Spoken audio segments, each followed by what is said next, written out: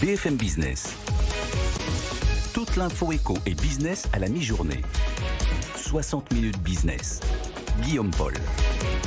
Allez, midi 21, on est de retour dans 60 minutes business et on va parler de ce phénomène dont on entend de plus en plus parler, mais dont on se demande finalement s'il est vraiment durable. C'est ce concept de grande démission, vous savez, qui voudrait que beaucoup d'entre nous décident de larguer les amarres professionnellement pour aller voir si l'herbe est plus verte ailleurs. On va en parler avec Christophe Nguyen qui est avec nous. Bonjour Christophe, bienvenue. Bonjour. Président du cabinet Empreinte Humaine. On est dans la gestion des risques psychosociaux, dans la qualité de vie au travail chez vous, chez Empreinte Humaine.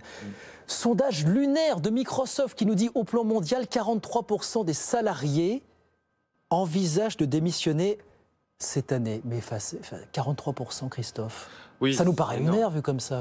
Oui, alors, vous apportez de crédibilité à ce chiffre, vous? Oui, je pense que dans les intentions, après je ne connais pas les échantillons, la période, mais dans les intentions de quitter leur entreprise, on voit qu'il y a une augmentation et qui est assez constante, on va dire, depuis le début de cette crise sanitaire. Nous, dans nos études, on est entre 30 et 40%. Ouais. On vient d'avoir aussi la publication d'un organisme institutionnel, la DARES, qui a montré qu'il y a une augmentation des démissions, quand même, par rapport à 2019, qui est assez significatif. On est sur du 20-30% sur les CDI et sur l'arrêt des CDD avant même la période. L'arrêt des CDD. Ouais. Plusieurs phénomènes par rapport à ça. Ce qu'on a pu voir tout au long de cette crise, c'est quelque part une sorte d'équilibre que les gens mettent en balance entre la façon dont j'ai été traité d'abord par mon employeur pendant cette crise et mon engagement.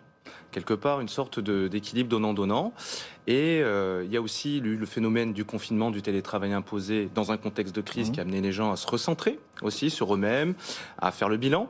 Et également dans un cadre assez contraint, un travail qui s'est dégradé aussi avec des conditions pas simples et des difficultés à se projeter vis-à-vis de l'avenir. Et je crois que c'est aussi la promesse des entreprises, ce qu'on appelle plus le contrat moral entre ce que je donne à mon entreprise et ce que j'en attends, et la crédibilité finalement de cet échange qui a été remise en question dans un contexte où tout évoluait, les repères ont vacillé. Est-ce qu'on peut se dire que la crise est un accélérateur finalement d'une réflexion, d'une tendance qui était déjà là auparavant, avant la crise finalement? On dit la crise est la bon dos peut-être dans certains cas. Oui, c'est ça. Je pense qu'il y a eu un bouleversement quand même, une perte de repères importante. Pour certains, peut-être une révélation que par exemple, avoir une vie à côté du travail était peut-être plus important que le travail. Et on l'a vu dans notre dernière enquête, les gens ne cherchent plus forcément à avoir des promotions, plus que d'avoir un équilibre des vies. Donc on voit aussi que ça change la temporalité et l'expérience finalement qu'on attend du travail. Et pour certains, effectivement, ça a été par contre un accélérateur. Ceux qui se posaient des questions déjà sur le sens de leur travail déjà en amont de cette crise, forcément après celle-là se disent c'est maintenant qu'il faut changer.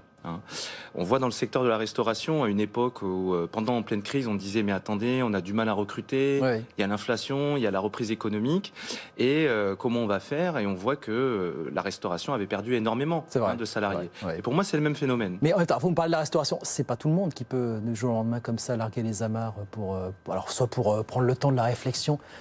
Il faut pouvoir le faire. C'est pour ça que je vous demande si c'est un phénomène, je veux dire, lambda, épisodique ou anecdotique. Pas tant que ça. Non, pas tant que ça. Je trouve qu'il y a une tendance de fond, quand même. Les gens disent, par exemple, à 60%, et je pense que c'est l'importance aussi dans le travail de la santé qui a pris une place prépondérante, la santé dans les choix professionnels et d'avoir un travail équilibré par exemple, c'est effectivement constant. Les gens disent, moi pour les 80% des salariés, ils ne veulent plus travailler dans des environnements qui peuvent menacer leur santé psychologique. Même quand on n'a pas le bagage de compétences qui permet, peut-on penser, de rebondir vite ailleurs? Parce que ça aussi, ça joue forcément. Oui, mais en même temps, on a parlé aussi de situations de pénurie d'emploi, et donc c'est plus favorable peut-être à des salariés pour pouvoir effectivement se reconvertir. Ce qu'on croit comprendre, c'est qu'augmenter les salaires, ça ne suffit plus aujourd'hui Oui, ça ne suffit plus, mais c'est indispensable. A priori, pour les salariés, on voit qu'à la sortie de cette crise, avec le contexte économique qu'on connaît, en matière aussi d'attente et d'équilibre des vies, ce n'était pas le cas avant.